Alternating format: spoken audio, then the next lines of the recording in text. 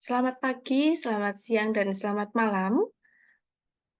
Perkenalkan saya Rosita Nurwahyuning Tias dari SMP Tarakanita Magelang, di mana di sini saya akan menyampaikan terkait dengan proses bimbingan yang sudah saya lakukan bersama dengan anak-anak.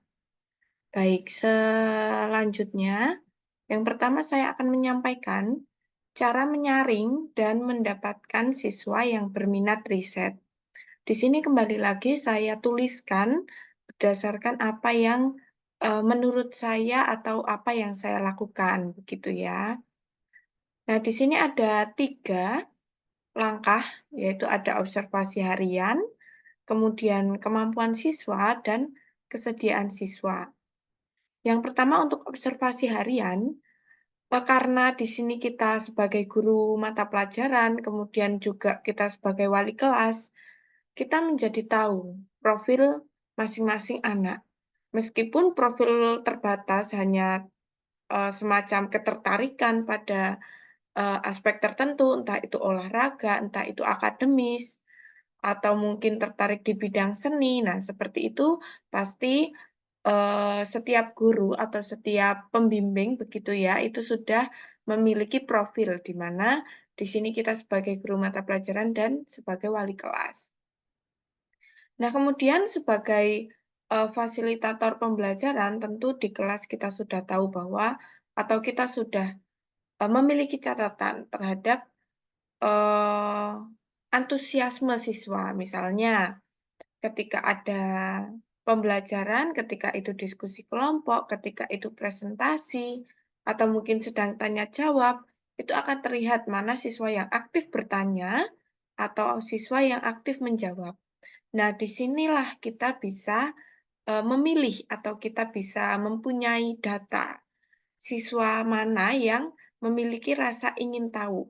Nah, rasa ingin tahu ini akan menjadi modal untuk melakukan sebuah riset, ya. Karena apa? Karena ketika siswa itu memiliki rasa ingin tahu, dia akan cenderung melakukan sebuah usaha untuk mencari jawaban dari keingintahuannya itu. Ya, jadi, sudah ada semangat dari dalam diri karena dia ingin tahu, begitu. Setelah mendapatkan data siswa yang memiliki rasa ingin tahu, kita sudah tahu, anak ini punya rasa antusiasme tinggi, punya rasa ingin tahu, kemudian kita, lanjutkan ke kemampuan siswa. Nah, kemampuan siswa ini yang dimaksudkan adalah kemampuan berkomunikasi, kemudian siswa itu rajin atau tidak mengerjakan tugas, kemudian apakah, dia mampu berpikir kritis, dia mampu berpikir secara inovatif, seperti itu. Nah, kemampuan siswa ini diperlukan untuk apa? Untuk mendukung proses dalam melakukan sebuah riset atau penelitian. Ketika siswa itu mampu berkomunikasi dengan baik, maka nanti untuk presentasi hasil penelitian misalnya. Nah, itu sudah tidak memikirkan kendalanya lagi, karena ya memang sudah, public speaking-nya sudah bagus, seperti itu. Nah, kemudian yang kedua itu rajin. Ketika, siswa hanya memiliki rasa ingin tahu, tetapi dia malas, maka dia tidak akan, berusaha untuk mencari jawabannya. Nah, itulah kenapa ketika kami itu memilih siswa, itu memilih siswa yang rajin, salah satunya. Kemudian juga, kemampuan berpikir kritis dan inovatif. Nah, ini diperlukan untuk memperoleh gagasan atau ide penelitian yang, terbaru atau isu-isu yang sedang hangat dibicarakan, seperti itu. Karena biasanya orang yang rajin membaca, orang yang siswa yang pikirannya itu kritis, itu biasanya sudah memiliki pengetahuan sendiri, pengetahuan terkait dengan isu-isu yang pernah terjadi atau yang sedang trending begitu ya kalau bahasa zaman sekarang. Kemudian yang ketiga adalah kesediaan siswa. Nah, ini langkah terakhir untuk menentukan apakah, siswa tersebut, siswa yang kita tuju ini, apakah, dia mau kita ajak untuk riset, apakah, dia tidak bersedia. Ya, biasanya anak-anak itu masih apalagi anak SMP itu masih ragu, "Wah, Bu, kayaknya saya nggak bisa." "Bisa, yang penting kamu mau toh?" "Iya, Bu, tapi mencoba ya." Biasanya seperti itu, karena memang ya langkah dia atau, tahap perkembangan dia memang belum sampai di titik percaya diri. Ya, beberapa siswa, tidak semua tentunya. Kemudian untuk tahap pembimbingan yang sudah dilakukan, sebetulnya ini juga sudah, kami laporkan dalam bentuk Google Form, tapi, untuk lebih jelasnya kami akan jelaskan di sini. Yang pertama, mengarahkan siswa menggali ide. Kalau dari saya sendiri, karena, eee, 2 siswa yang saya dampingi itu sudah pernah melakukan, penelitian belia, peneliti belia. Nah, di mana mereka itu sudah, apa ya, istilahnya punya pengalaman ya, mungkin belum banyak tetapi sedikit pengalaman begitu ya, yang dia pernah lakukan. Nah, saya tanya, "Kira-kira kalian tertarik untuk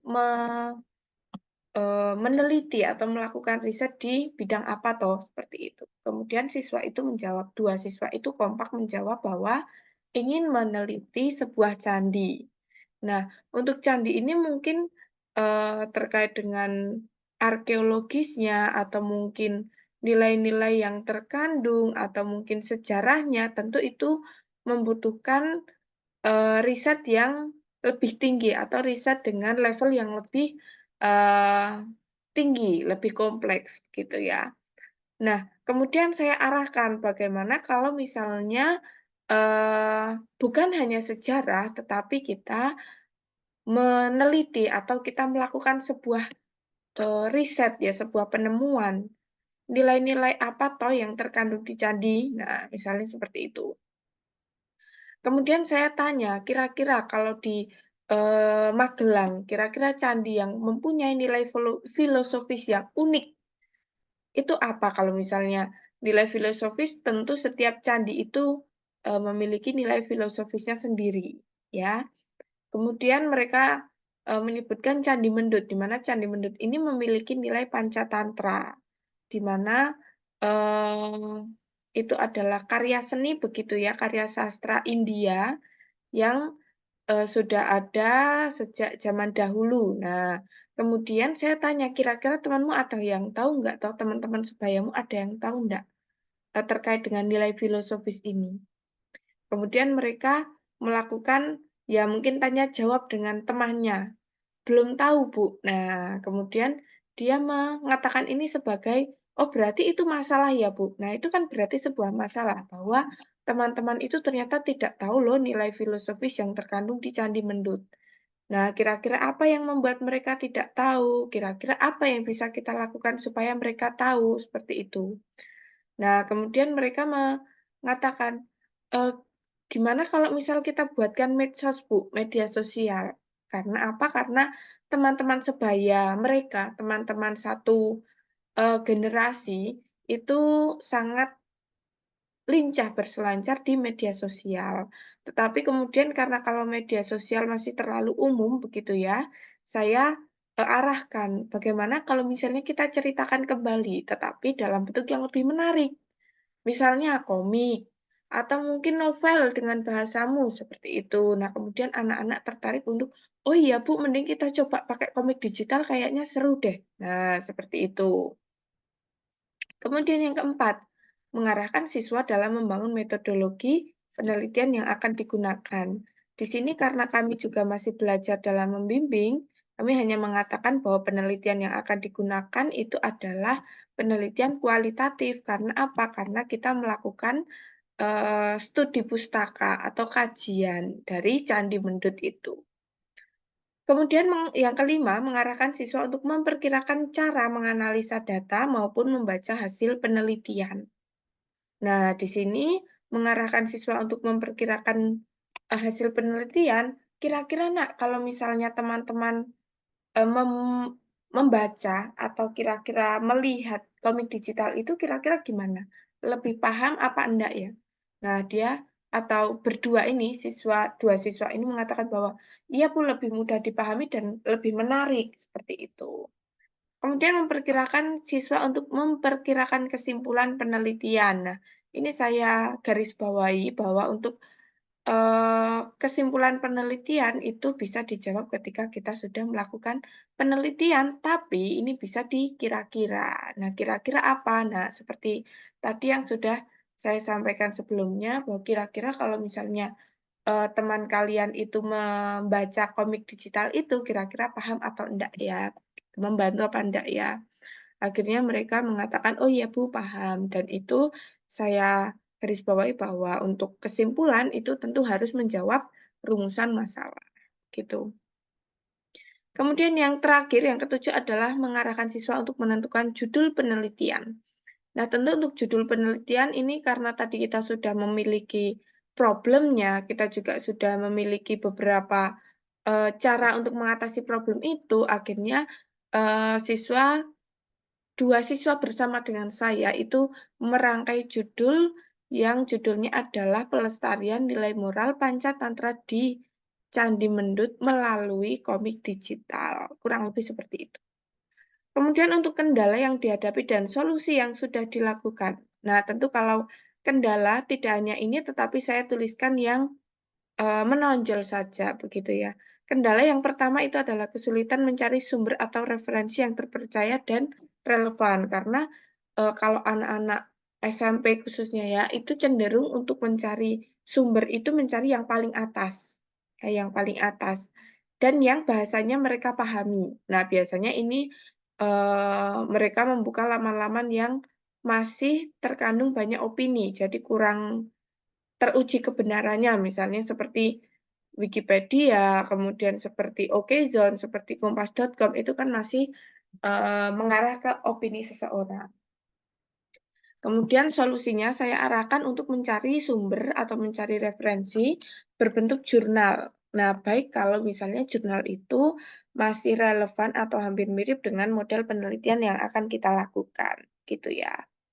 Nah, kemudian mendownloadnya itu bagus jika dari Google Scholar. Kemudian yang kedua, kesulitan yang kedua atau kendala yang kedua, itu adalah kesulitan membiasakan siswa untuk tidak copy paste tulisan. Karena untuk anak-anak usia SMP tentu untuk menulis rangkaian kata dengan, beberapa paragraf itu tentu bukan hal yang mudah. Nah, itulah kenapa biasanya siswa SMP itu lebih tertarik untuk copy paste ajalah yang mudah seperti itu. Nah, kemudian solusinya saya membiasakan siswa untuk membaca referensi atau jurnal itu terlebih dahulu, kemudian menuliskan kembali dengan mengubah beberapa kata. Misalnya, menurut para ahli atau menurut, Agustinus misalnya. Nah, itu saya ganti bahwa penelitian adalah hal ini disampaikan atau hal ini sejalan dengan pendapat Agustinus misalnya seperti itu. Atau mungkin mengganti kata, oleh karena itu menjadi berdasarkan, nah begitu. Atau mungkin, dari kata karena kemudian saya ganti dengan yang lain. Nah, misalnya seperti itu. Jadi memang, eee, mengganti dengan sinonimnya, seperti itu. Supaya kalau misalnya lomba itu tidak terkena plagiarisme. Kemudian kendala yang ketiga itu adalah kurang mampu menyisihkan waktu untuk bimbingan di sela-sela kegiatan sekolah. Tentu setiap guru memiliki kesibukan masing-masing, di mana ya kesibukan baik itu tugas utama, baik itu tugas sampiran, tugas tambahan. Tetapi ini memang karena ini tugas kita semua begitu ya, bahwa kita berkomitmen untuk membimbing anak-anak ya bagaimana caranya supaya kita bisa menyisihkan waktu untuk bimbingan. Karena memang mereka membutuhkan kita untuk bimbingan, seperti itu, untuk melakukan pendampingan. Nah, apa yang kami lakukan dengan membuat jurnal atau jadwal atau deadline. Pokoknya tanggal ini harus tersusun misalnya bab 1, kemudian lanjut bab 2, nah seperti itu. Dan tentunya ini kerjasama tim antar unit atau maaf, kerjasama tim dalam unit untuk saling mengingatkan, gitu. Karena, ketika kita sudah memiliki kesibukan masing-masing, itu tentu akan, mengubah atau bisa jadi malah kita tidak kepikiran untuk, membimbing anak-anak riset ini, tetapi harus dengan kerja keras yang lebih lagi dan kerja sama tim. Begitu Bapak Ibu, mohon maaf jika penyampaian saya kurang jelas atau terlalu cepat. Sekali lagi bahwa pendampingan atau pembimbingan yang kami lakukan ini masih banyak sekali kurangnya, maka untuk itu saya mohon secara pribadi, mohon, Bapak Ibu bisa memberi masukan terhadap saya. Terima kasih.